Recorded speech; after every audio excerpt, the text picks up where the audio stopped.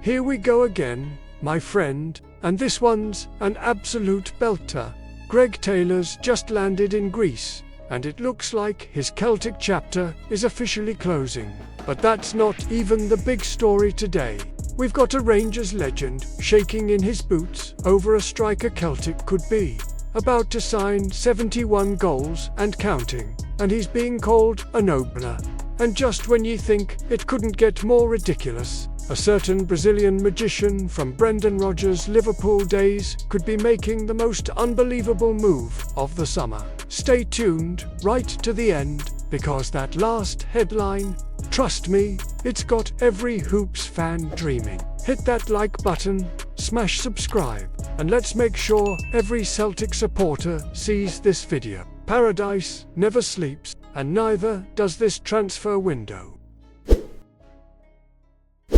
Right, here we go.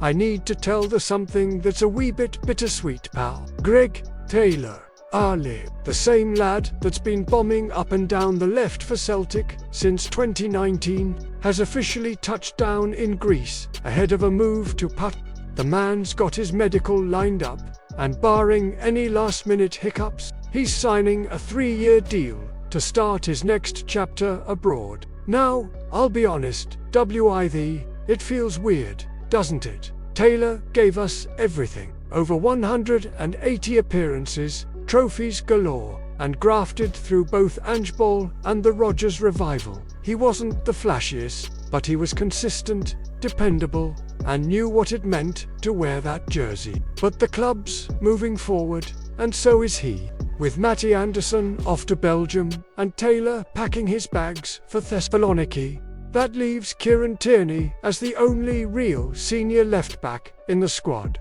So, I ask who's gonna come in next? Do we go for experience, a project, or let KT just run riot again? And here's the spicy bit for you. Should Taylor have stayed to fight for his spot with Tierney? Or was it right for both him and the club to part ways? Let me know below. And don't forget, hit that like button, subscribe to the channel, and stay tuned, because the next update might just be the new left back walking through the Lennox Town gates. Slaint, mate. Right, let's get stuck in then. Here's the story, pure and straight, the way I'd tell it to you over a pint in the Brazenhead. Now tell me this, would you take Dominic Calvert-Lewin at Celtic? Aye, you heard me. 71 career goals, England caps, scored for fun under Ancelotti when his knees weren't made of broken IKEA furniture. And now, he's available for absolutely nothing. That's got Brendan Rodgers perking up like he's just smelt a cooked breakfast at Lennox Town.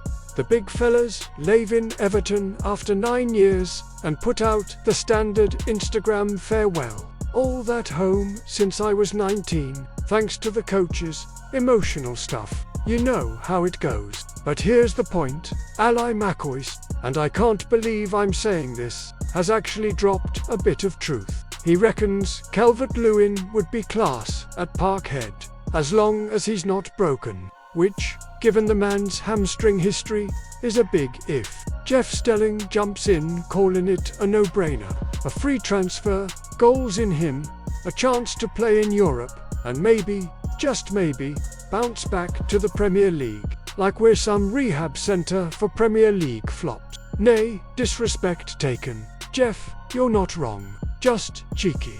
Now, here's the big conundrum. Mate, the man was pulling in 100 grand a week at Everton. You think he's coming to Parkhead for a couple of tenants and a grade? Unless he takes a proper haircut on those wages, it's hard to imagine the board biting. But with Kyogo off to France and only Ida, Maida, and wee Kenny around, Brendan might be tempted. So let me ask you straight, would you take Calvert-Lewin at Celtic on a free, even if it meant making him our highest paid player? Or is it too big a gamble on a guy who's spent more time on the physio table than the pitch lately? Go on then, tell me in the comments, would roll the dice? Right then, sit tight for this one, because this is the kind of transfer rumor that makes you do a double take. Spill your tea, then check the calendar to see if it's April Fool's Day. That Philippe Coutinho, Brendan Rodgers, golden boy at Liverpool. The Samba magician who once made defenders dizzy with a shimmy and a shot from 30 yards. The lad who left Merseyside for Barcelona with enough cash to fund the moon landing twice. Well, apparently, he's about to be free. Now, don't get ahead of yourself. I'm not saying he's about to pull on the hoops and waltz into Celtic Park tomorrow.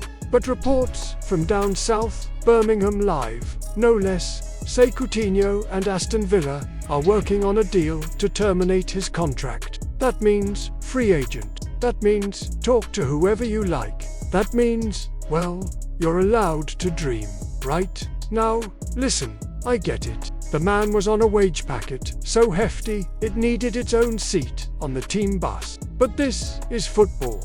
Weird things happen. You're telling me Brendan Rodgers wouldn't at least pick up the phone, give the old pal a ring and say, "Fancy lighting up paradise before you retire?" Wee man.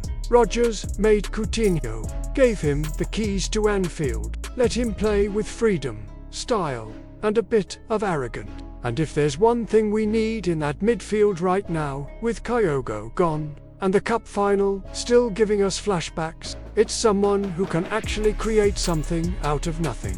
So here's the question I'm throwing at you.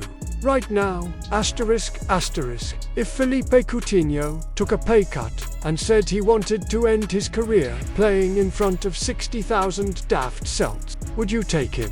Or is this one nostalgia trip too far? Asterisk, would love to hear what you reckon. Go on, leave it in the comments and let's settle this. Would the Brazilian baller belong in Glasgow?